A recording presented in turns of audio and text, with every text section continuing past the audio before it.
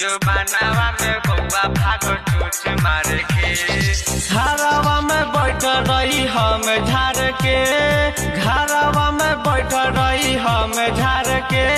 जो बनावा में कौआ भागो चोच मार के, जो बनावा में कौआ भागो चोच मार के, चोच मार के। जो बनावा में कौआ भागो चोच मार के। उड़ी के आई जब हमें डर गईनी, कदी 36 साल समझे न पैनी, समझे न पैनी, समझे न पैनी, पैनी। आंगना में पियत रही पानी ढाल के, आंगना में पियत रही पानी ढाल के।